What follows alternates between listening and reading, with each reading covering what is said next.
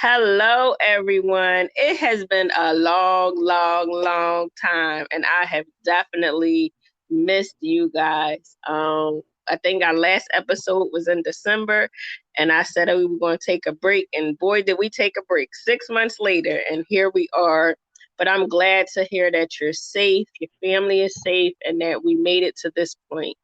And so, Advocate for me has been moving and shaking, and we've been doing a lot and going through a lot of different, not a challenge. I wouldn't say it was a challenge, but we're overcoming a few things. The last time you guys heard us, we had our after school program in West Philadelphia. So we had to temporarily close that because the landlord was selling the building, and then just like with the pandemic, some financial stuff was going on. So we temporarily closed, so we're looking for our forever home somewhere else in West Philadelphia. And but we didn't stop. Like, we made sure that we were still moving and doing what we had to do for our families. So there is a lot going on that we will be sharing with you guys in the upcoming episodes. But I'm so excited today because we are relaunching, and we are relaunching with an amazing queen tonight. And she is so awesome. I met her on Instagram. And see, all y'all that be saying social media is not good. Social media be good to me because it be sending me people they are just so awesome doing what they're doing. They are in different states and countries and continents, and between Facebook and Instagram, they're definitely allowing us to share our platforms amongst each other. So this beautiful queen is in Texas, and she got the most cutest little son. I just told her when we was coming on that I'm coming to Texas to give him a big old hug, and both of them a big old hug. But I'm giving him a big old hug and squeezing them little cheeks. And his name is Aries. And tonight we have Aisha Atkinson. Let's welcome her to the platform. Oh my God, thank you so much for having me. And that was just the most beautiful introduction ever. Like, thank you so much, LVonne. You're welcome. You're welcome.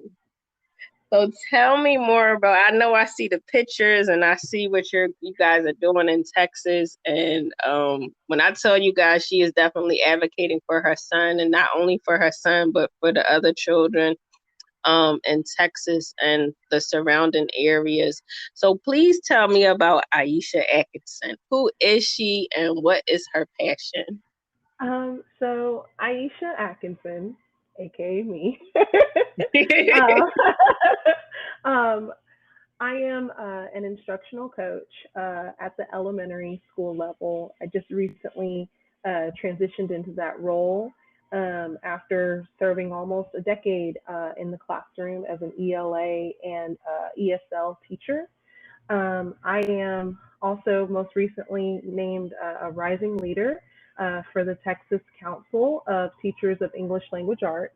And I'll be serving in that capacity for the next 2 years to help with advocating for literacy instruction within the state of Texas, and to also help, support the council's mission. I am also, I feel like I kind of walked into this role of this role of action, so to speak, by chance as an educator. And then later, after becoming a mom, it kind of like it reignited this passion. But I am also an advocate for at-risk, multilingual, and neurodivergent learners. And most importantly, I am the proud mommy of Aries, Rain Williams.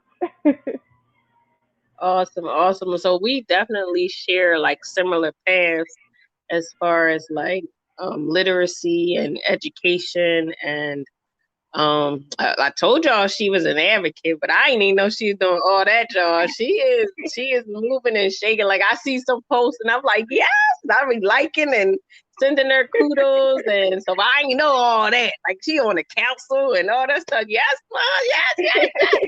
Thank Awesome. So you. excited for you. Me too. Like I was sharing, we're both like passionate about literacy and education. I know here in Philadelphia, I just became a reading captain. So you know how like some cities have like block captains on their block. So a Yes. reading captain is similar to a block captain, but we're encouraging young children to read. So Oh we're my either giving God. out free books or we're like they just did an event yesterday. And our West Philadelphia captain, she had like the goal was to for kindergarten students. So she had like big letters out there and numbers and games, and she was making it fun. And like I love doing those type of things. So along with the million other hats that I have, I done added that on to it. But the mission and the purpose is just so awesome. So to hear that you're doing the same thing in Texas is amazing. Thank Because you. some in certain situations our kids are suffering in literacy, and to make sure Yes. that we're there to help them and push them along is amazing. And so I send kudos to you to what you're doing. So tell me more about Aries. Like um I kind of know some of his story just from following you guys on Instagram. But if you want to share with our listeners who you are, I just every time where we talking, I can see his smile. Like he has the most brightest smile. Like every time I see him, and he is a warrior. Like he be pushing through some things that I be seeing you post. So just share with our listeners about King Aries. Yes.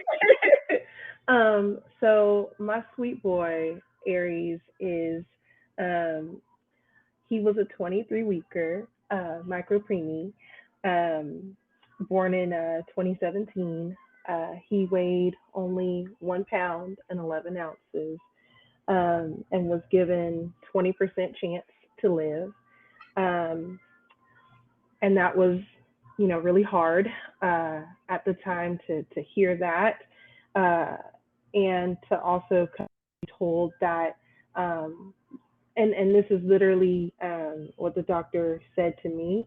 Uh, you're young, you can try again if Wow.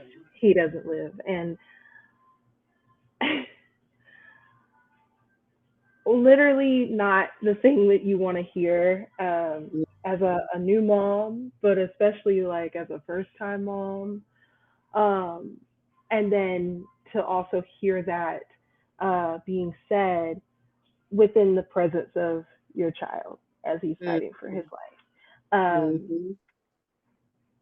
That particular moment is kind of what, as far as Aries' experiences in the NICU was concerned, that's what caused me to uh, be very intentional about not having those kinds of very negative and um, heartbreaking conversations around him. Like, even if it was, I'm going to intentionally kind of move away from his incubator, or I mean, not incubator, but isolate, um, or, specifically try to say, hey, can we talk about this here?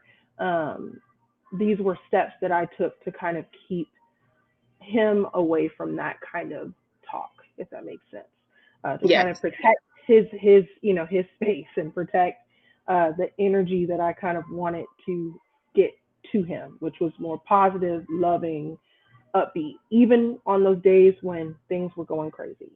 Um, Getting back to Aries' journey, though, so he was given 20% chance to live, and then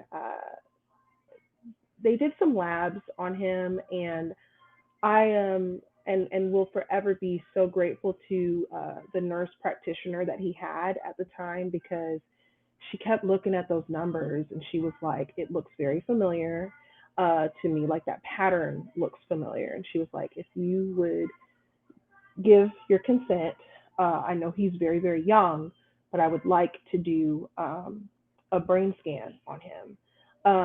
And of course, because it's your child, like, I was like, yes, please, let's see what's going on. And results came back, and Aries had grade 3 and grade 4 level brain bleeds. For those who are unfamiliar with what that is, basically, on a scale of 1 to 4, uh, grade 3 and 4 brain bleeds are the highest that an infant can have. And while we did indeed pray that he would be able to sustain that and heal and recover from those bleeds without any further medical complications. Unfortunately, my son ended up developing a neurological condition known as hydrocephalus. Um, this particular condition results in um, the cerebral spinal fluid that collects within our brain. Naturally, it is supposed to flow down the spine. My son has the form of hydrocephalus that is called non-communicating hydrocephalus. And what that means is that the fluid collects in the brain, but it doesn't drain. And so his NICU stay, which we knew just based on his birth weight and the gestation that he was born at, would be quite some time before he could graduate from the NICU, was further extended and complicated by um, several surgical interventions that he had to endure. Uh, so he ended up having a total of 3 brain surgeries while he was in the NICU, in addition to a heart surgery to close the hole in his heart. And he ended up staying in the NICU for 150 days. That 150 days was unquestionably um, the hardest uh, extended period of time in my life and in the life of our family and our friends and those that have come to know and love Aries from the day he was born. After graduating from the NICU, Aries um, was diagnosed with several other conditions. So my son is a multiply sorry multiply disabled child. He has cerebral palsy on predominantly on his left side. He also has he's on the spectrum for autism, and these particular complications have honestly been very challenging to um, not to love him through, because as a mom, like, I don't care like what the situation is. Like, I'm still always going to love and fight and advocate for you. The challenge is actually not the conditions. The challenge is um, the um, I'm just gonna kind of be very honest and upfront and upfront. It is the lack of support that exists within our country for parents that are raising children who have disabilities, and the frustrations that come from uh, the structures that do exist being so ravaged with so much red tape and so many layers of information, of paperwork, and a lack of clear communication about what is out there to support our children, and what is out there to support the caregivers that are doing all of the heavy lifting, so to speak. But despite all of that, um, I think that the most beautiful thing about my son is exactly what it is that you shared about him yourself, is that even in the face of all of the adversity that he faced, he continues to this day to be this source of joy and light. And it's unbreakable. Even since graduating from the NICU, he has, as you've seen on Instagram, he has endured several other brain surgeries since that time. He has become epileptic as a result of, a side effect of his hydrocephalic condition. And yet, even still, the resilience, the optimism, it remains unchanged and unwavering. And for me as a mom, like, he has taught me so much about getting back up to fight another day, about how joy is not about where you are or what's happening in your life. Joy is about remaining true to the light that exists within you, no matter what. Uh, and nothing and no one in this world can take that away from you. Like, he taught me so much, and he's about to be 5 years old, and I still to this day will say he is the greatest teacher that I've ever had. Um, and because of him, I have become, this advocate for many different causes. If it was not for him, I don't know where I would be.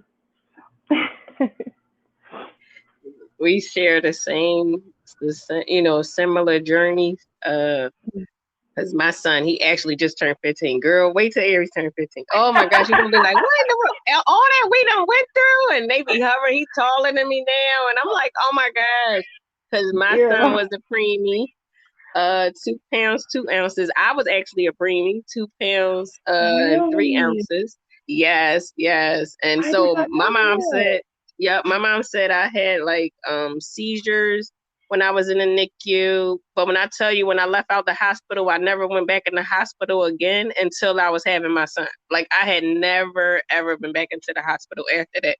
So for my Oh. son to be a preemie, I was expecting the same thing. Like, all right, we're gonna go home and we're gonna chill, and they like, Mhm. no, your son gonna be here for a little while because he was a 28 weeker.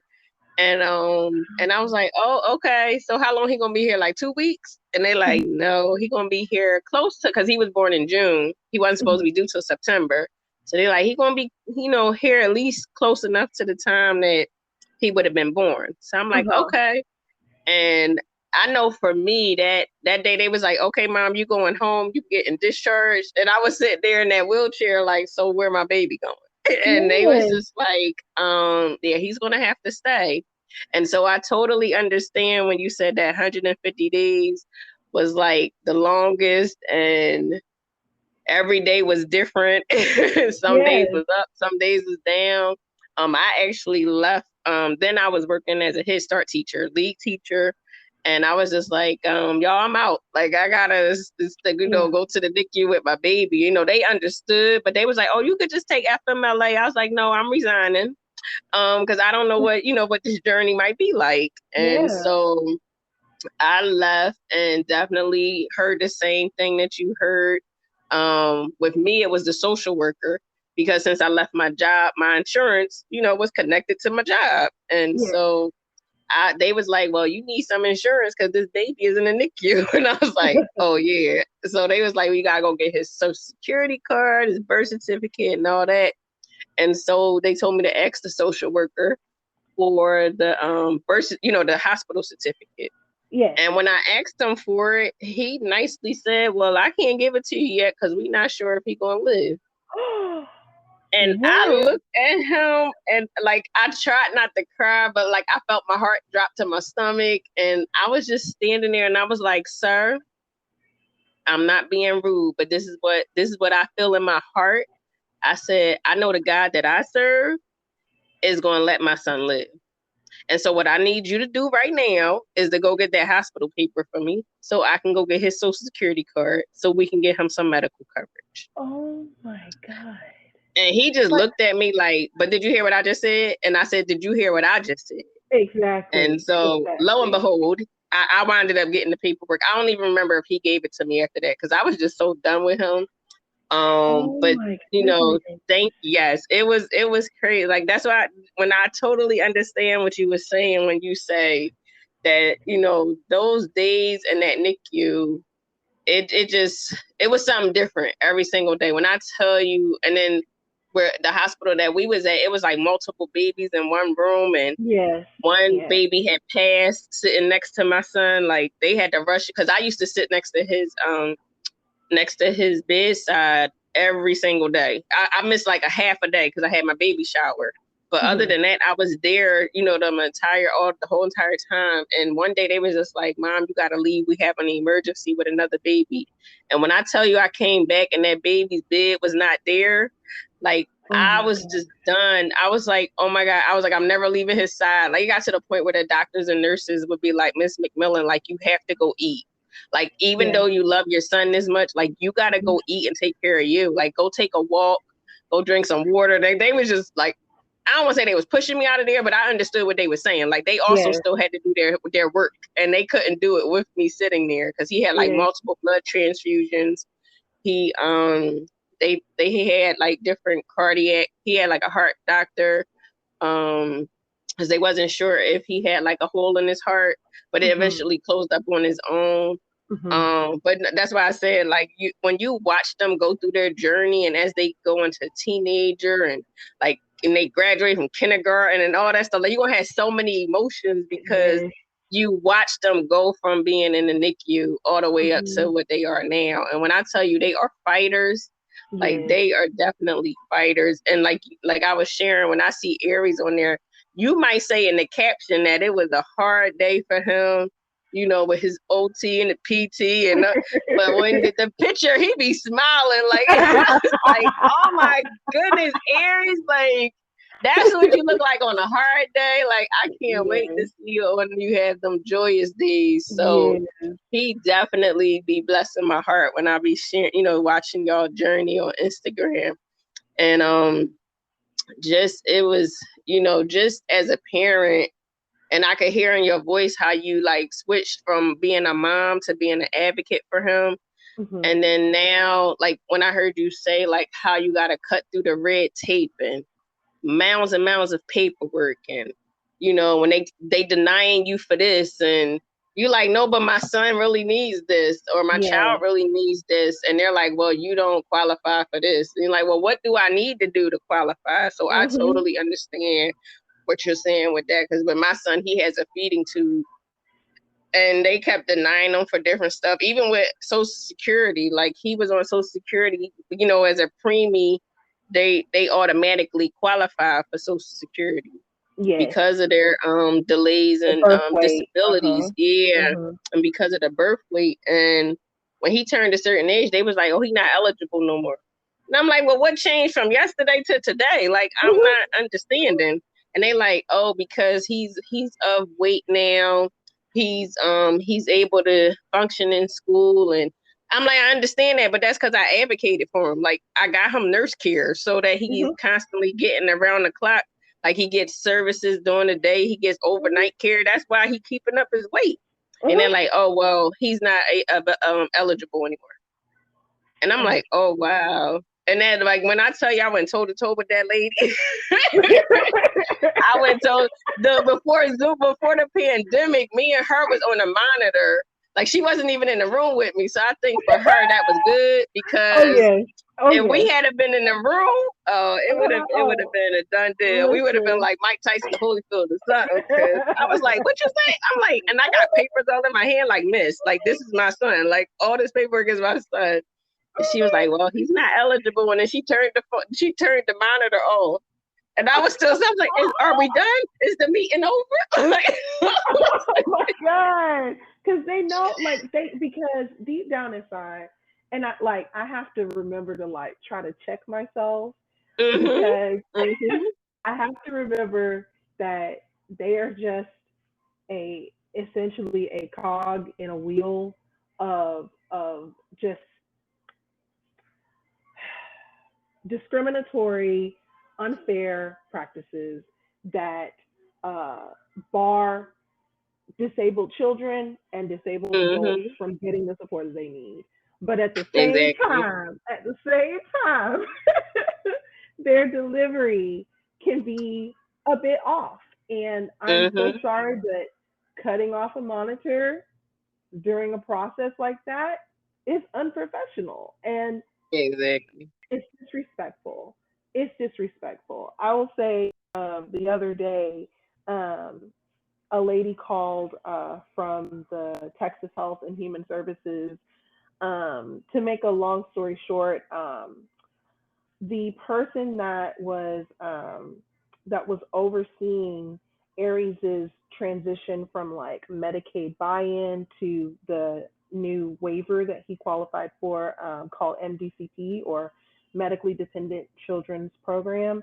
Um, that person had asked me in March to go ahead and fill out the paperwork so that once he got approved for MDCP, it would be just an easy, swap over. I wouldn't have to wait an additional month to 2 months after, of filling that out and then waiting for them to process it. So this lady called, um, and mind you, like I had put on all the paperwork, like, forward to this individual because he's the person assigned to this case.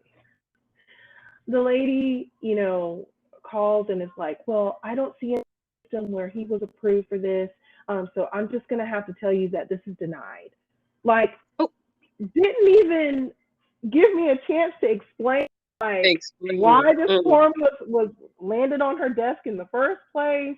Like, the fact that it technically shouldn't have even gone to you in the first place. Like, do you not see this? Like, nothing. No. She tried to cut me off, and she could tell, like, when I responded, like, the tone in my voice had changed. Mm-hmm. And she was Mm-hmm. like, ma'am, I'm so sorry. I didn't mean to. But this is the thing.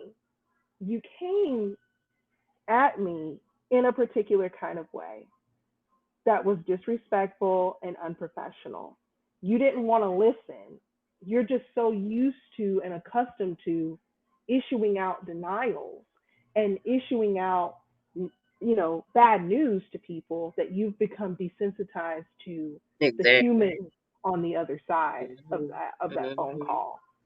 And, she did apologize and I accepted her apology, absolutely. But, I think, for anyone who's listening that happens to be in these types of industries, like, I understand that there's a lot of paperwork.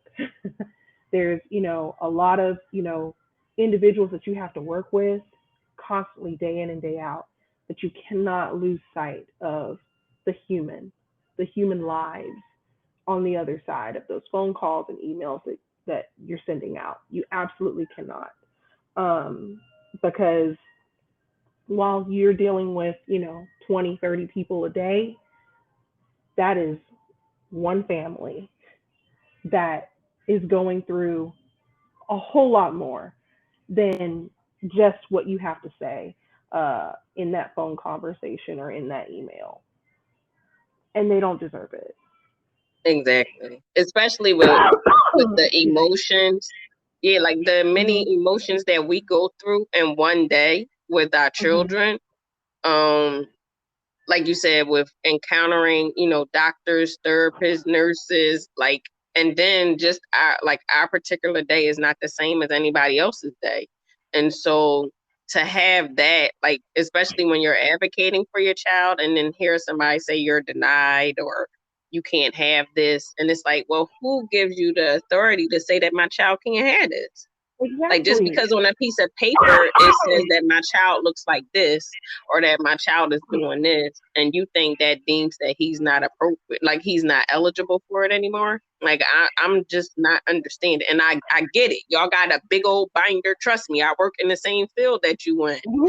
But Mm-hmm. when I see, like, I don't look at it on the piece of paper. Like when I'm looking at somebody's IEP, yes, I read your IEP. I see your outcome goals. I see what you're doing right now. But at the end of the day, when I walk in that classroom, I want to see what their child is doing. And most of the Exactly. time, when I see that child in person and observing them, it don't match what's on that piece of paper. And whether Exactly. that's whether they're in regressing or whether they're moving forward in their milestones, sometimes it's not on that paper.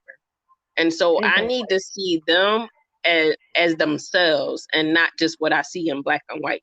And I think Exactly. they take what's in, and I understand sometimes that black and white is what's court ordered and what's going on, but Mhm. sometimes it's not giving the full picture. and and I know even when I write my documents and my session notes and stuff, like they be like, LVonne, you write too much. And I be like, I know, because I need you to see what this child is doing. I can't just write he know his ABCs. I need you to know Yeah. how he know his ABCs, Mhm. because he saw Usher singing on the Sesame Street, and that's how he learned his ABCs. Like Yes. I don't need you to just know that he knows how to sing them. I need you to know how and what song gives him that purpose and that drive to learn them. Like I need you to know that. And they just be like, Miss McMillan, you be writing too much. Well, if you don't want to read it, that's on you. But Yes. somebody gonna want to read it. Like I'm quite sure his parent is gonna want to know that. And then Yes. they go home and play Usher all day long. Mhm, mhm. Exactly. So Exactly. yes, like they just like I love the field I'm in, but sometimes they just like actually that's how Advocate for Me started, because as a special instructor, being at the table, and although I'm advocating for their child that's on my caseload, to watch the families go through what they were going through. And then I know how that feels, like when you get a diagnosis, or when they're saying that your child is not progressing the way they should. And I'm just sitting there like there has to be something else that I can do Mhm. besides just advocating for their child. And so that's pretty much, besides Advocate for Me being a chapter in the book where I turned down the lady 3 times. I was like, I don't have no story. And she was like, yes, you do. I was like, no, I don't. I'm just a mom taking care of my son and working in early intervention. She was like, that's your story. I'm like, no, it's Yep. not.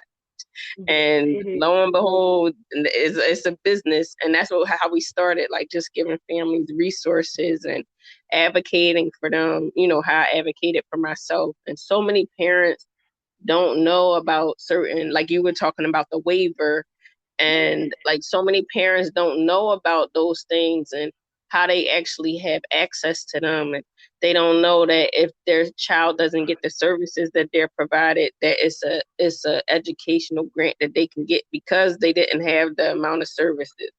Or some Exactly. parents don't know that they can sue the school district. Like it's like they They like, I don't can do know. that. I'm like, Yeah. yes.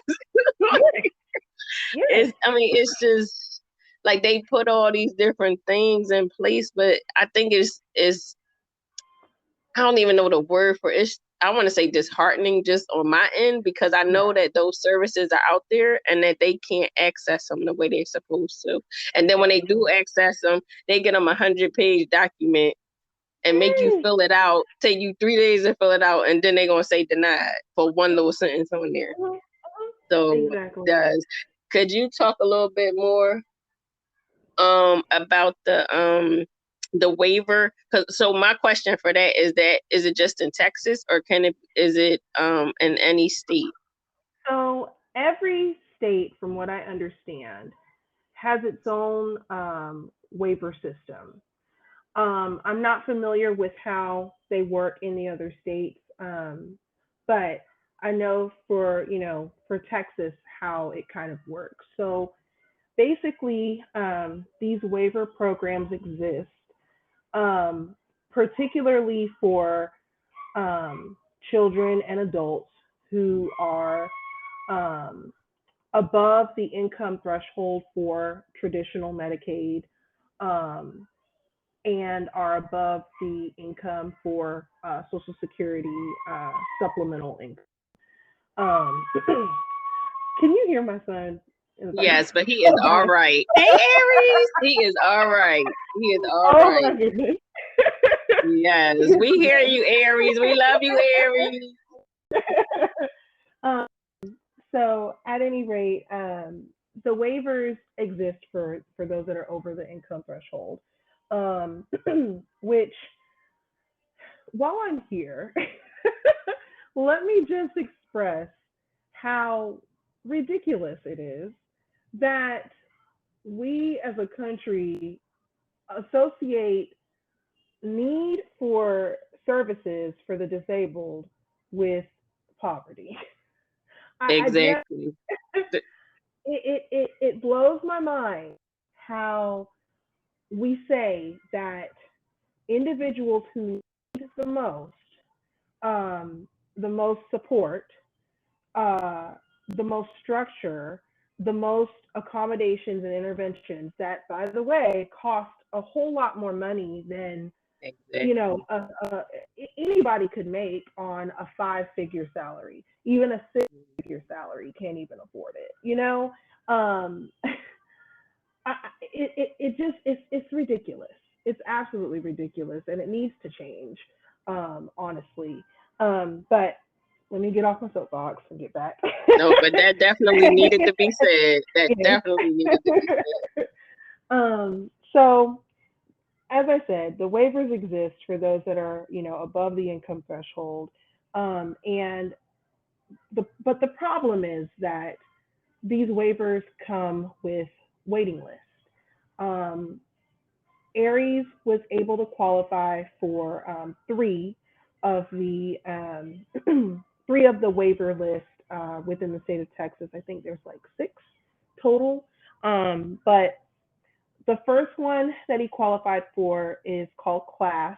And if I'm not mistaken, at the top of my head, it stands for like community living and assistance services, something of that nature. The second one was the MDC P program, which is medically dependent children's program.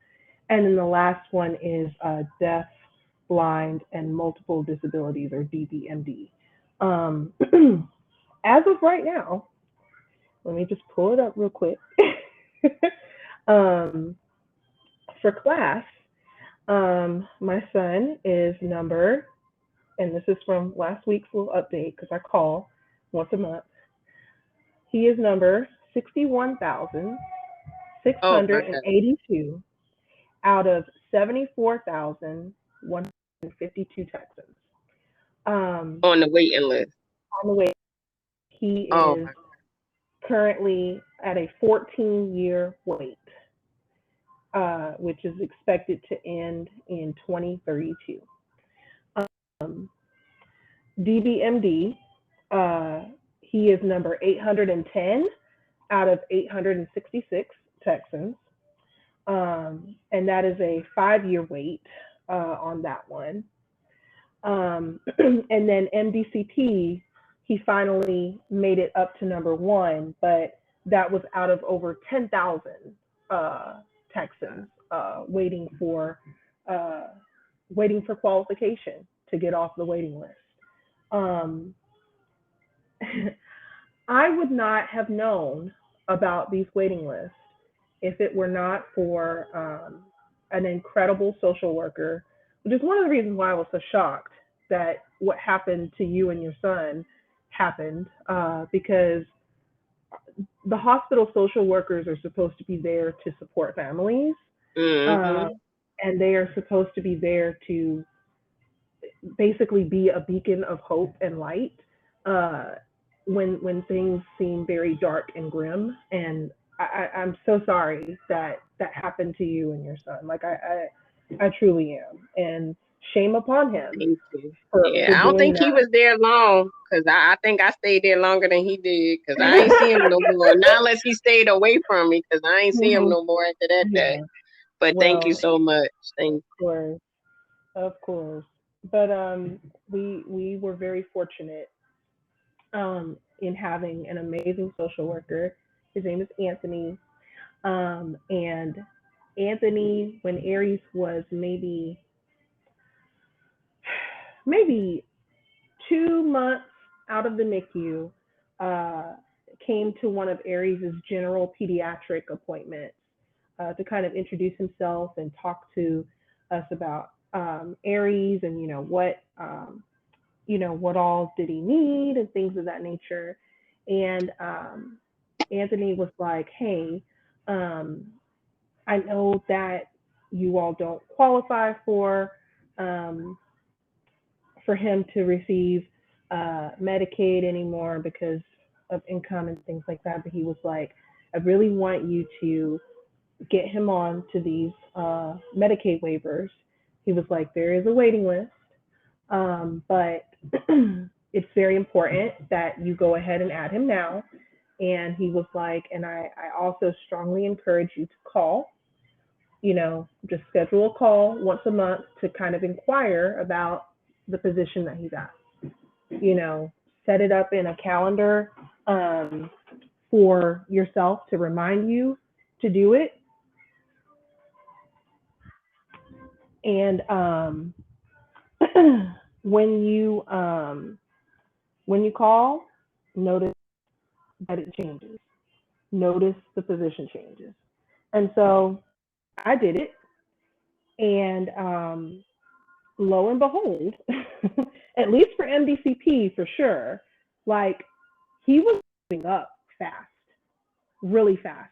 And I will say like within the last year and a half, um, there was one phone call in particular where the representative was like, I don't know like what exactly is going on, but it's looking like he might, end up, making the waiver within, sometime next year or whatever. And I was like, I think so too. So this is, I don't know if it's true. I really don't. But I will say is this: call, call, and make it known that your kid is in need of this service. Make it known that you are keeping track of every position, so that you're aware that, and that they're aware that that movement is happening.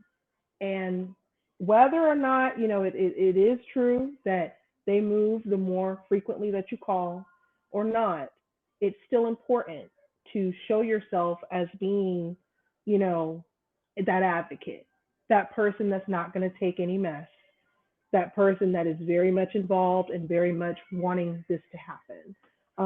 Because I really and truly kind of feel in my gut that that's one of the reasons why he managed to make it onto this list. I really and truly do believe that.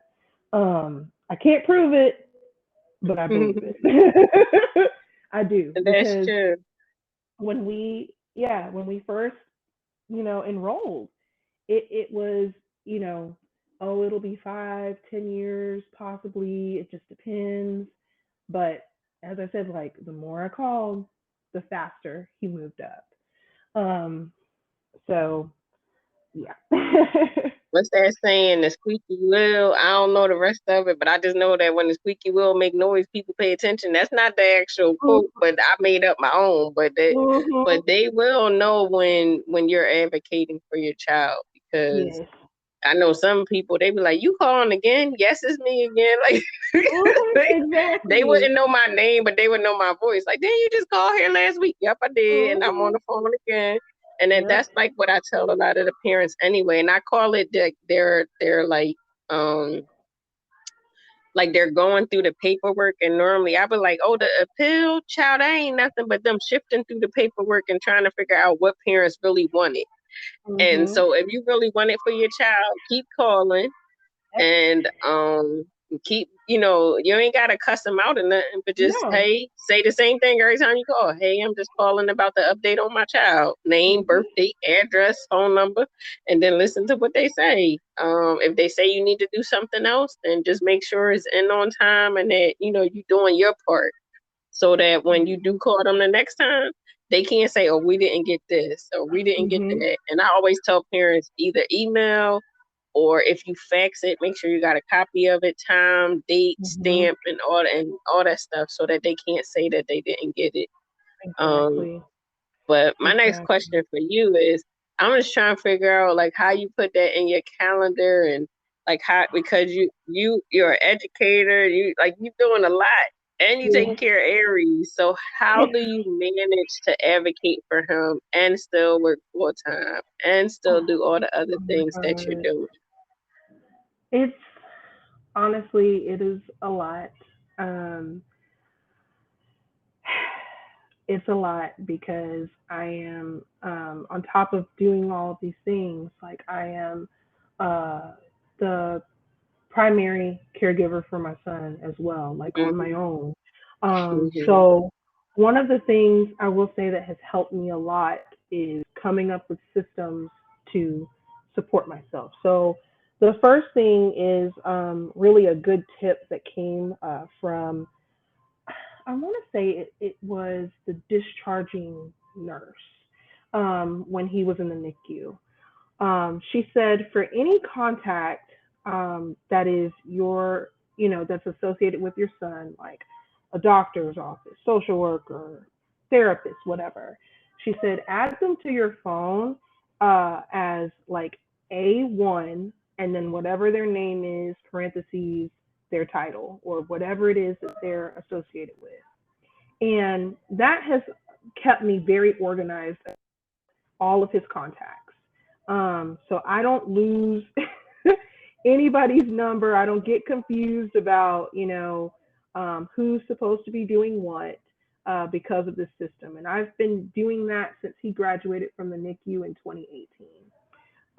The other thing that has really helped me a lot is I use Google Calendar um, to keep all of his appointments, his therapies, everything super organized. What I did is I created an email account specifically for him and for his own separate calendar to keep it separated from mine.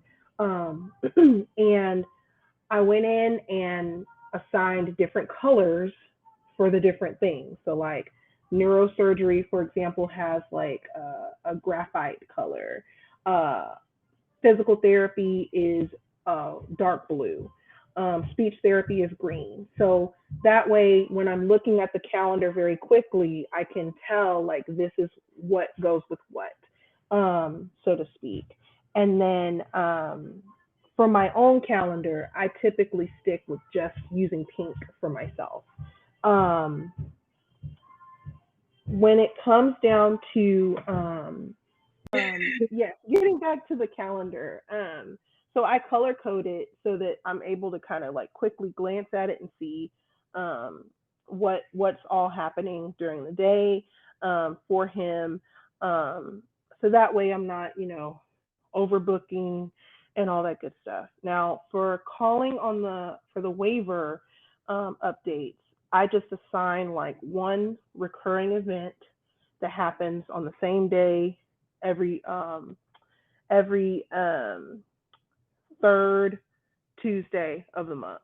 And it's just like clockwork. It just reminds me, hey, call and I'll get an update or get the update from the state on that. Trying to think of other things that have really helped me um, with keeping him organized and keeping up with everything.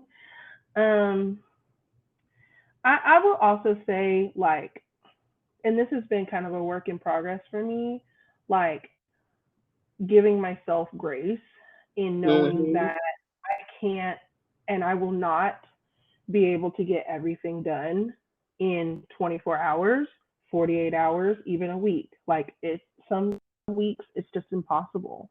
And that's the nature of being the parent of a child with disabilities, is that Mhm. you're not going to be able to squeeze in everything. And honestly, because he's a human child, like it's you're in some ways like you're kind of not supposed to be able to do that. Like otherwise he would be a robot. And that's Amen. not, he's still, even though he has all of these therapies and doctor appointments, he's still a child, and Mhm. he still needs time to decompress, to relax, to enjoy life, you know? So what I will say is this, like, definitely don't push off anything that's, super major and important. Like, I don't push off, scans, surgeries and all that kind of, like, you don't push those things off. But anything that's like a routine follow up that is not necessarily like pressing, it's okay to reschedule. It's okay. It's okay to, look at that, annual pediatric appointment that has been scheduled for a year and say, okay, let me push it back to, 1 or 2 weeks so that we can kind of catch our breath and, enjoy life and do the things that regular families get to do, like going out to the park after school instead of rushing to try and get to physical therapy. Like, I honestly have really, especially within the last year, learned to slow down and understand that it's everything that's in that calendar is not so rigid. It is free flowing, and it is okay to step back and say, today, this week, we need time to rest, and we're going to take that time. And I think, ironically, part of the reason why I ended up learning that lesson comes from the several surgeries that my son has had to have this during this past school year. It was a constant, like, start, stop, start, stop, constant. It felt like that constantly. And it was frustrating as a working mom, as a mom in general, and also as Mhm. somebody who's very, like, goal oriented, to have to constantly feel like I'm just hitting a brick wall over and over and over again. And what I will say, just like in a spiritual sense, and also just like in a sense of the as far as the working professional is concerned, like, when you see yourself going through the same pattern over and over and over again, pay attention, because there's something that you're supposed to learn. And so this school year, especially, I learned to slow down and to understand that everything is not going to work out the way that you want it to work out. Everything is not going to be as, strict and rigid and structured as that little calendar in your phone. Things are going to Mhm. get moved around. Appointments are going to get canceled or rescheduled because this happened and that happened. Like, things are going to happen because it's life. But at the same time, you can't sit and stress over these things. You have to give yourself an opportunity to enjoy life, to see and feel the joy of the little things. You have to give yourself that time. You have to let yourself rest, and yeah, I would say, like, forget everything else that I, like, said about advice and things like that for keeping organized. Like, that is the one thing that I need parents like us, to caregivers like us, to to walk away knowing that that is the most important thing, is to not get Mhm. so caught up in all of the stuff. No, that's true. I had to learn that the hard way, unfortunately, because my body shut down one particular day. And I think I shared this on the podcast before. Like, I was just running, running, running, running, running, like Yeah. between the kids and work. And we were recently, me and her dad had just separated. So I was Wow. just like, it was all on me. And I'm like, just moving and moving. And I just kept saying, I don't want my kids to, lose out on what they had before. And this one particular day, like, the kids normally see me up before them and going to sleep after them. So they Mhm. used to seeing that. And this one particular day, my body was just like, no, you just gonna rest. Like, you just Yeah. gonna go to sleep. Yep. And so, I mean, the good thing was, it was on the weekend. And I didn't wake up until like 12 o'clock the next day, like 12 o'clock in the afternoon. Mhm. And my son, he was like 10. And so they knew, like, on Saturdays, they normally have a chill breakfast, like a cereal and, stuff like that. They watch their Mhm. cartoons. So it was a particular day where, they were just chilling, doing what they had to do. But that day, they was like, when I finally woke up, I'm like, what time is it? Like, oh my gosh, like, you didn't have your medicine, you didn't have this. Like, and my daughter is running around because they 5 years apart. And she like, Mhm. I had cereal, mommy. And I'm like, but it's lunchtime. Like, you been eating cereal all day. And I'm like, I'm going off. And I'm just like, and my son was like, Mom, like, I knew something was wrong when you was still asleep. They said they was shaking me. I Oh wouldn't my move. Like, he was like, God. he told her, he told my daughter, he's like, let's just let mommy sleep. And when she wake up, if she don't wake up by time it's lunchtime, we're gonna call grandma. Like he Oh my knew, God. like, They already had a and little so yeah, plan and they already everything. had a plan. And so when I was like, I called my mom, like, yo, I just slept till 12 o'clock. And she's like, kids, okay. I'm like, yeah, they fine, but, and it was just me and them. So that's what made me even more, like, had more anxiety. Like, oh my God, what if somebody came to the door? What if somebody, like, I'm thinking Yes. everything. And then finally, one of my friends was like, LVonne, your body had to shut down because you keep Mhm. moving and you're not taking care of yourself. And she was like, I'm Mhm. surprised you woke up at 12 o'clock because you probably would have woke up until Monday morning, like the way you be running around. And I'm just like, oh my gosh. So that's when I had to start putting in my schedule. Like you was talking about the calendar, like you Uh-huh. definitely got to put in your schedule for self-care. Like Yes. I call it self-love because, Yes. there's nothing wrong with you loving yourself as much as you love your kids and your spouses Yes. and other family members. Like you got to like that whole airplane thing, like self-love, like that whole concept of when you're on the airplane and you gotta put that mask on yourself first before you put it on your Yes. child. And although your first inkling is like, let me put this on my child, but if you don't put it on you gonna pass out. And your child's Exactly. still gonna be sitting there looking at you like, well, what happened to my mask when you ain't put yours on? So Exactly. I gotta, when you was talking about give yourself grace, like I gotta just, make sure that I'm taking care of that self-care, self-love day. So now instead of, me running around like a chicken with my head cut off, I've learned Exactly. through mentors and coaches to start delegating stuff. So, Mhm. and Mhm. I'm still learning that too, but even with the business, Yes. just being able to delegate and give other people. And I know one of the things that's the hardest for us as special needs moms is to make sure that the person that we are giving the delegation or the task to, one, that we trust them, Yes. especially when it got something to do with our children. And then the Mhm. second thing is making sure, as like you said, you're goal oriented and I am too, just making sure that it get done. Like Yes. that's the thing right there. Like it's like, well, I could have just did it myself, but you weren't gonna do it. It's Yes. like you gotta Yes. let them do it the way they do it. And but as long as it's completed and it's done, like that's the part that we gotta definitely work on. And Yes. it takes time. It It definitely takes does. time. But It it does. when you do get that help, like I was saying, what my son has a nurse now, and he had a couple nurses, but we never had the overnight nurse.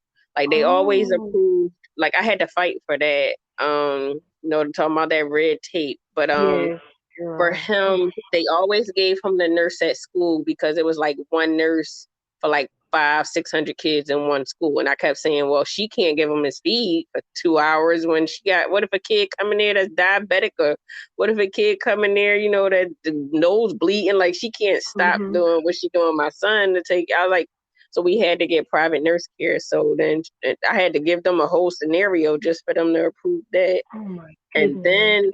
then when me and her dad separated, like, emotionally and physically, I was going through my own stuff. And his GI doctor was like, why is Jordan losing weight? Like, why is this happening? Because I was doing the overnight feeds. And Yes. I'm like, look, I was like, all right, let me just be honest with you, tell you what's going on. And Mhm. so he quickly like put in his notes, like, mom needs help, Yes. like she's going through, stuff personally. And when I tell Yes. you he put that note in, say if he put it in on a Thursday, they was calling my phone on Monday, like, how can we increase Wow. his over, let's get you an overnight nurse. And I said, I've been fighting for an overnight nurse because I had been doing his feeds for him for Mhm. like 5 years before that. Mhm. So I'm like, I've been asking for an overnight nurse the whole entire time and y'all would not give it to me. Well, they was like, oh, well, we seen this note from the doctor, and so Mhm. now he said Mhm. that you needed help, and that we, now we're, Mhm. giving you help. And Mhm. so even when the nurse came, like, I was to the point where, one, because I'm the only adult in here, and not saying that I don't trust nobody, but nowadays you just can't trust nobody. And even though I'm Exactly. talking about trust, but you, Mhm. like, it really took, I had to, like, lower my guard and be able to allow them to come in my house. And this Mhm. particular nurse, he's been with her almost 4 years now. Like, Oh she's hung in wow. there with us moving and everything. And when she came the first night, like, I didn't sleep at all. And then, because I was so used to doing his feeds, and Uh then, huh. like, I think she was with us for like a week after that. And one night I just went to sleep, and then I woke up when her shift was almost over, and I'm like, "Oh my gosh, I slept the whole entire time." She like, "Why wouldn't you sleep? Like, that's the Yes. point of why I'm That's the here." point. Like, yeah. So she was like, "Why wouldn't you sleep? Like, you ain't got to stay up because I'm staying up." And I was like, Mhm. "Oh my goodness!" And she was like, "Get your rest. Like, you got to be here for him during the morning, getting him to Exactly. school." And Mhm. so when I say that nurse care was a blessing, like, it definitely was a blessing. Like, now she part of the family. Yes. Yes. But it was just like that transition and delegation. Like, you definitely have to allow others, like I said, that you trust and you feel comfortable with.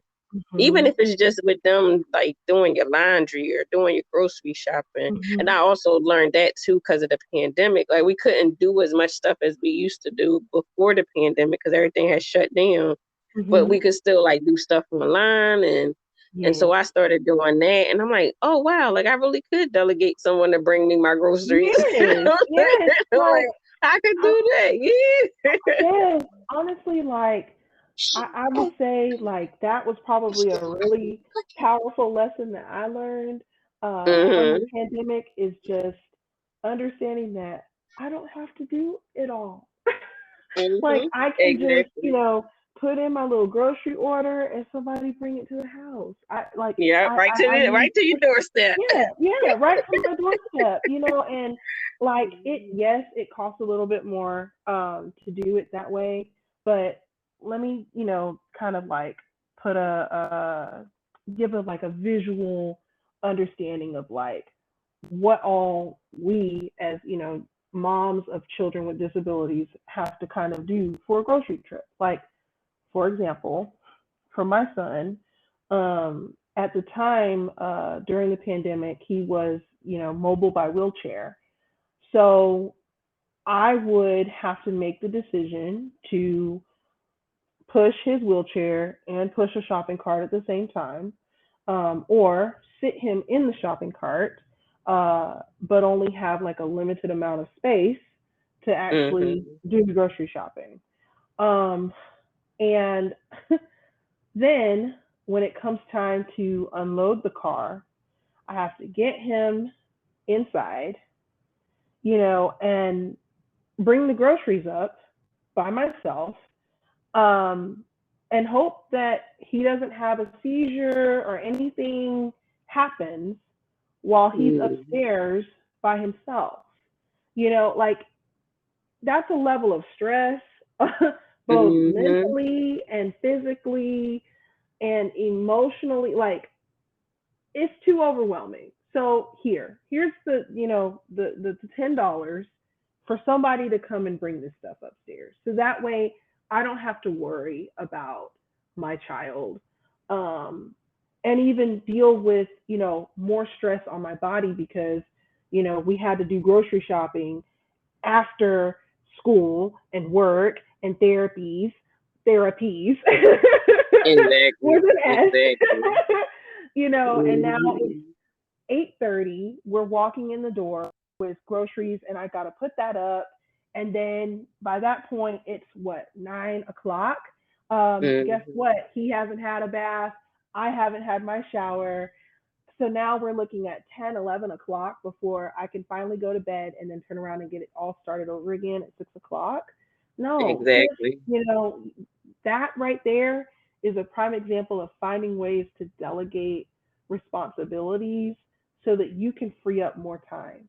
The one thing I'll say when we order groceries like that, and I put them away, we can have our little snack in the evenings or in the afternoons or whenever it comes and enjoy ourselves without all of that craziness and Mm. still manage to get all of our things done. So, Thank yeah.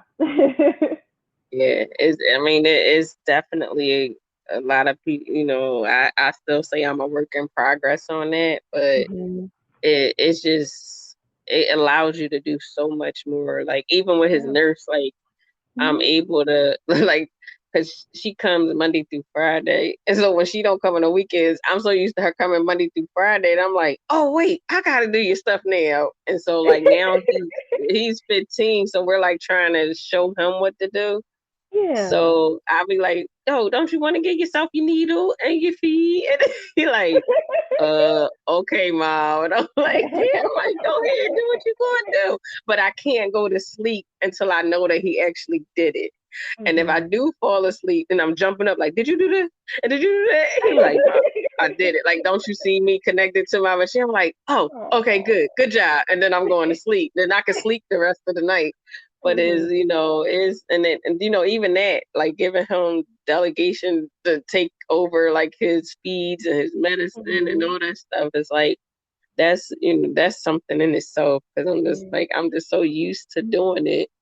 And And then kudos now to watching you. him, yeah, now watching him, and I mean, I commend him to, because my son don't like needles. He don't like none of that stuff. Even though he been getting poked and prodded and all that stuff since he been Hmm. here, he now for him to like give himself his needle and give himself his speeds. Like I'm really proud of him that he's taking on that. And like I just be looking at him like, wow. And he'd be like, "Mom, I'm okay." And I'm like, "I know you are," but I'm just like, and I even like I was sharing with you earlier when I was like Aries just look like he has like no limits. Like, Hmm. and that's what I instilled in Jordan. Like, had Hmm. no limits. Like, don't let nobody tell you can't do something. Exactly. You try your best, and if we got to figure out a different way to do it, then we'll figure out a different way for you to do it. We do accommodations and modifications for you to complete the task. And he's definitely caught up to that opportunity of doing it on his own. And so like just hearing your story and the similarities, like I'm just like, wow. Like for us to meet on Instagram, it's just like, Yeah.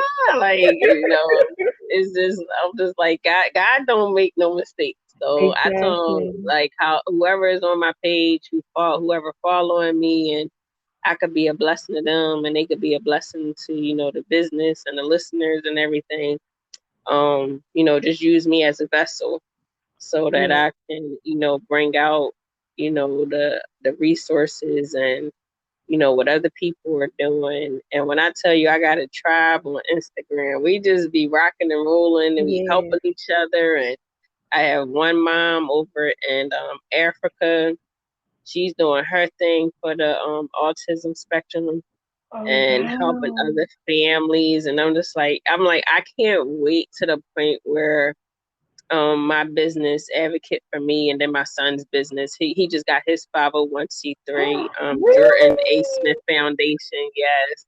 So our goal is to make sure, like you were It. saying, like, yeah, thank you. Like, you were saying like how much it costs for things that we have to do as Hmm. parents of children with disabilities, and just like even just with my son's needle, like I be looking at that price and I'm like, oh my goodness, like I could not Yeah. have paid for that out of pocket. And Exactly.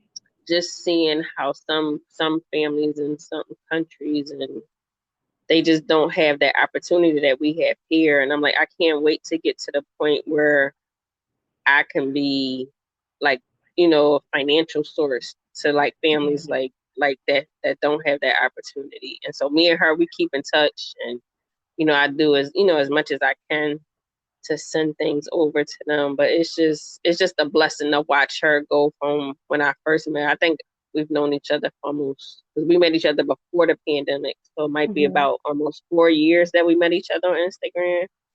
And Mhm. just to watch her go from the time I met her up until now, it's just like it's been truly a blessing for her. And Oh my God. even watching you and Aries go through y'all journey, and I'm just like, wow, like, a lot of people don't see what we go through No. on it. Like you were saying, like you're taking care of your son on your own, and like they don't see the behind the scenes stuff. They just Yeah. see, I'm not saying I don't try to put it on my social media, Yeah. but I try to, like the good things that's happened. Yes. But I Yes. may throw like the day was a challenging day. This what happened. That's what happened. Mhm. Um, but we try to give y'all, and I don't want to say we masking it because we not masking it. No. We want y'all to see what the positive outcomes are Yes. based on what we do have to go through on the back end. Yes. And but we do still share like our challenges and stuff like we did tonight on the Mhm. podcast. And Yeah. any family that may be going through that, like we definitely want to make sure that you have a support system, Yes. and whether that be your family, friends, or like I said, I got a whole tribe on Instagram now. Like we be talking in the DMs, like how was your Yes. day? And I saw your post, like what's going on, and I'm Mhm. praying for you and everything else. And so just share like who your support system and Uh, how they have benefited you in the area. yes. So definitely my mom and my dad and my younger brother. They have definitely been there for us through thick and thin, like the good, the bad, the ugly, everything.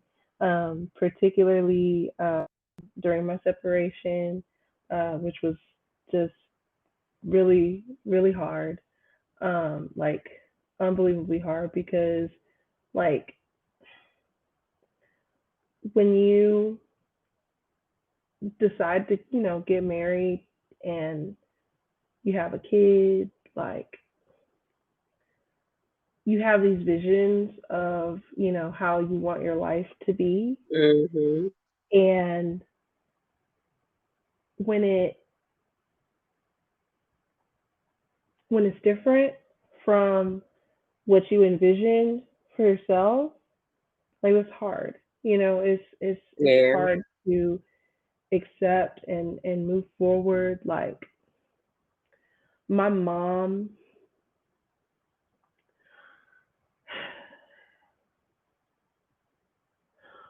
my mom came to stay with me and my son um, for that first year of separation. And at the time, like, I had decided to go back to school to try and get my master's degree. So it was like everything just like started to implode like right around that point. Mm-hmm. And Mm-hmm. I was just like, I'm gonna have to like drop out so that I can take care of my son. And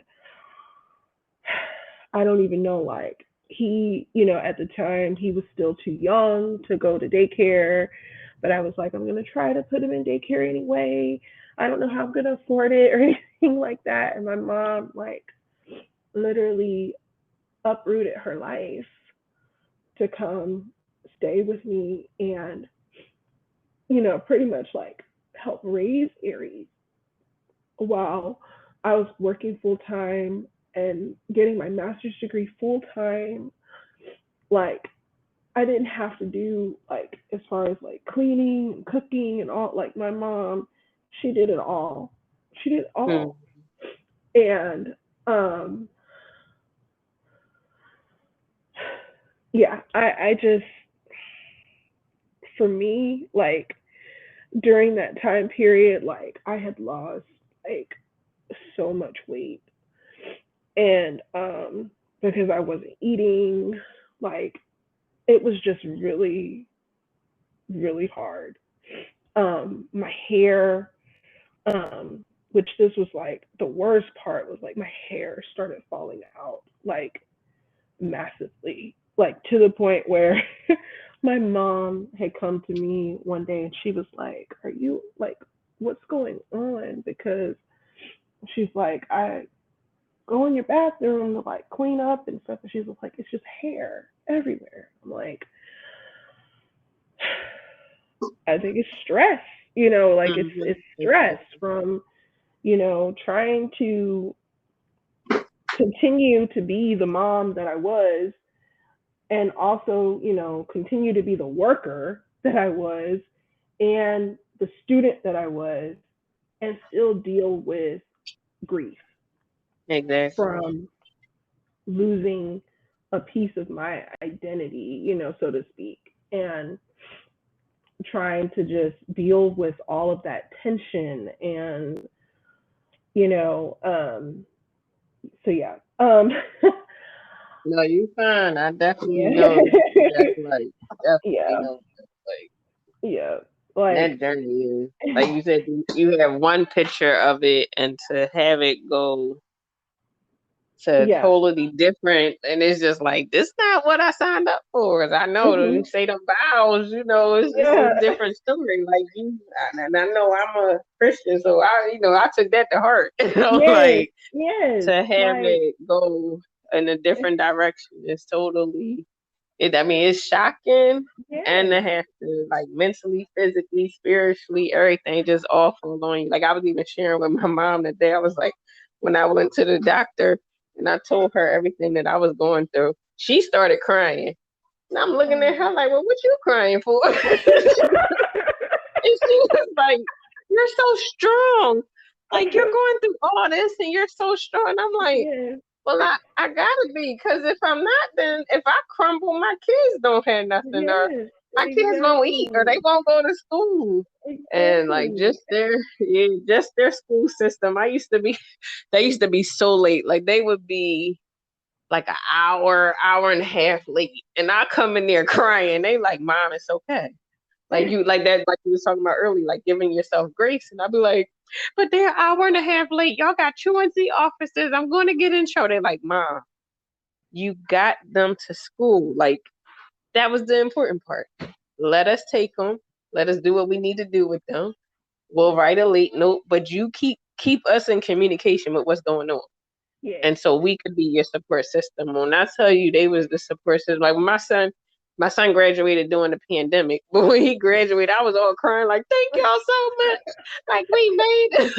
Like, he did his little sixth grade move up there. You would have thought he was graduating from college. I was bawling so much. They like, Mom, like we're excited for him. Like I'm like, hallelujah, like it's okay.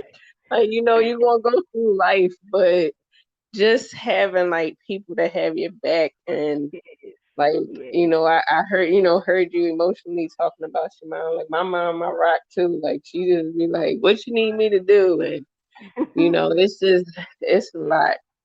Yeah. But It is. I I commend you. Like I said, when we started out, I was like, I didn't even know she was doing all that. Like, and then Yes. hearing your story and how we both share like similar journeys. That's what I was saying. God don't make no mistakes. So, you got a support system over here in Yes. Philadelphia, Yes. We got PA. one But here in Texas. yes, look, I'll be there soon. I'll be there soon. Definitely. If Yes. it's not this year, then definitely next year. Yes. We coming out there.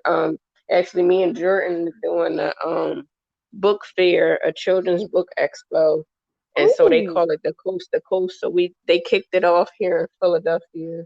Mhm. Um, and then they go. I think yesterday they was in Atlanta, Georgia. Next weekend they'll be in Texas, and then Ooh. the week Okay. after that, July 16th, they'll be in Las Vegas. So we did the Philadelphia and Las Vegas. So I was like, next year I'm doing all four cities. So if Yes. I don't get there just on my vacation time, then I'll definitely be there for the Children's Book Expo next year. Yes. So I'll keep you posted, and Please. that And way then we can send me actually the meet you. I'm excited, especially with Jordan sharing his own journey, because I just got yes. interviewed the other day, and they was like, "Which one of your books is like your favorite?" And I was like, "My son's." And they was looking at me like, Oh. and I'm like, and they like, "Why your son?" But I was like, because he's actually telling his story, and I Yes. didn't like with him. I didn't put no words in his mouth. I said, "This is yours." You write it, you tell whatever experience you want them to hear. And that's what he did. And I'm just like, and my son is real like real quiet. He doesn't tell like everybody his business.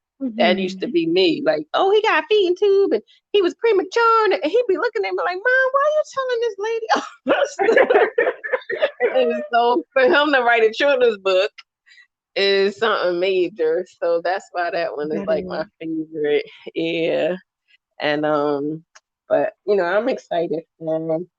I'm Yes, excited I'm for so proud of you. him. Oh, thank you. You're welcome. Um, I'm excited for you and Aries and y'all journey, Thanks, and Shan. keep pushing. Like we just gotta keep pushing for our babies, because if we don't, some of these laws and waivers and all this stuff won't change. Like I don't know if y'all heard what she said. She said just Texas.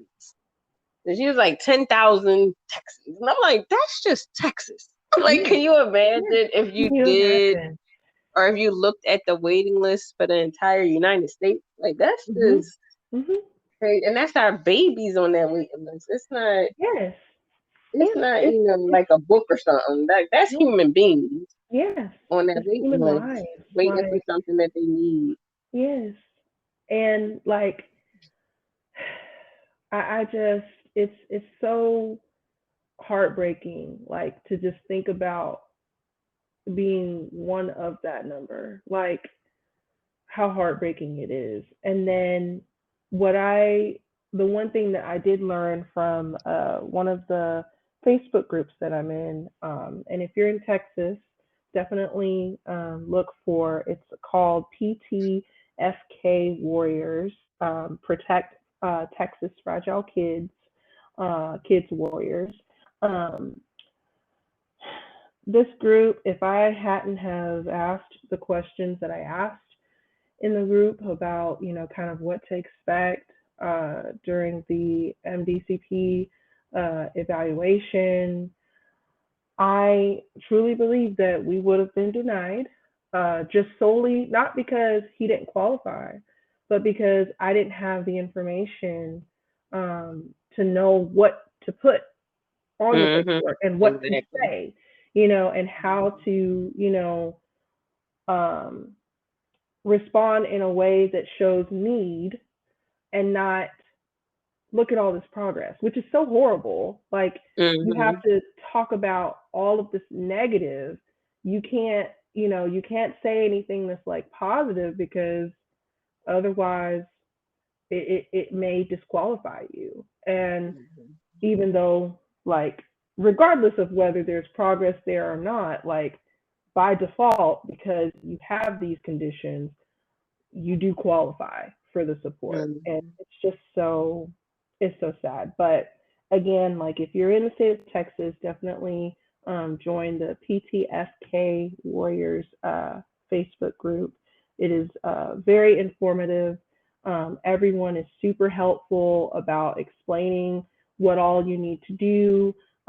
They also have copies of the documents that you have to fill out and also answer during the evaluation. So that way you can have the questions right in front of you um, so that you can, and also to kind of help you prepare for that interview. You can look at them in advance instead of just, sitting there waiting for somebody to read the question to you. You can actually think about, in an informed way, like, how do I answer this question as it relates to my situation? I guess since we talking about social media and who to follow, if you Mm-hmm. want the followers and listeners to know like how to contact you, Okay. um and to hear the follow you and air King Aries. I got to put the king in front of it. King Aries journey. So if you want to share your social media website, or whatever you have that you want them to follow you on. Okay. Aries' account is for Instagram is King Aries Reigns. KingAriesReigns.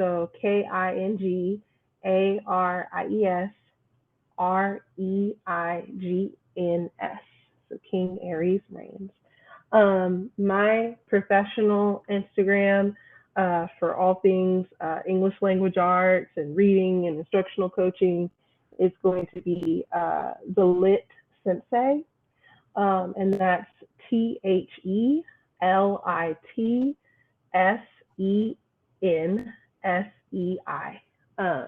And that I also have a Twitter account that also has that same handle. And then my website is www.aishacatkinson.com. So that's www.aishacatkinson.com. Thank you for coming on the podcast and sharing your journey, your story, your testimony with me and the listeners, because some stuff I didn't know, and I'm like, wow, like just like that's my sister right there. Like she look, I know we started out on Instagram, but that's my sister right there. So Yes. again, however, myself or advocate for me can support you, just please let us know. And then we will definitely be in touch for a part two. Cause we definitely going to do a part two. I'm actually going to link you up with a few of my people from my tribe. Okay. We actually have a father that just started a television series Oh called The wow. Awesome Show. Uh-huh. So I'll make sure I link you up with him. I wanted to tell you before you hung up that I'm so proud of you and all the work that you've done for special needs advocacy. Um, Oh, thank it's such an inspiration and so needed, so needed. And if anybody hasn't told you today, just thank you for everything that you do. I know that it's not easy, but just thank you for creating a platform um, for us. Thank you. Thank you so much. You're You're welcome. welcome. Like I said, like I told God, like just use me however you want to use me.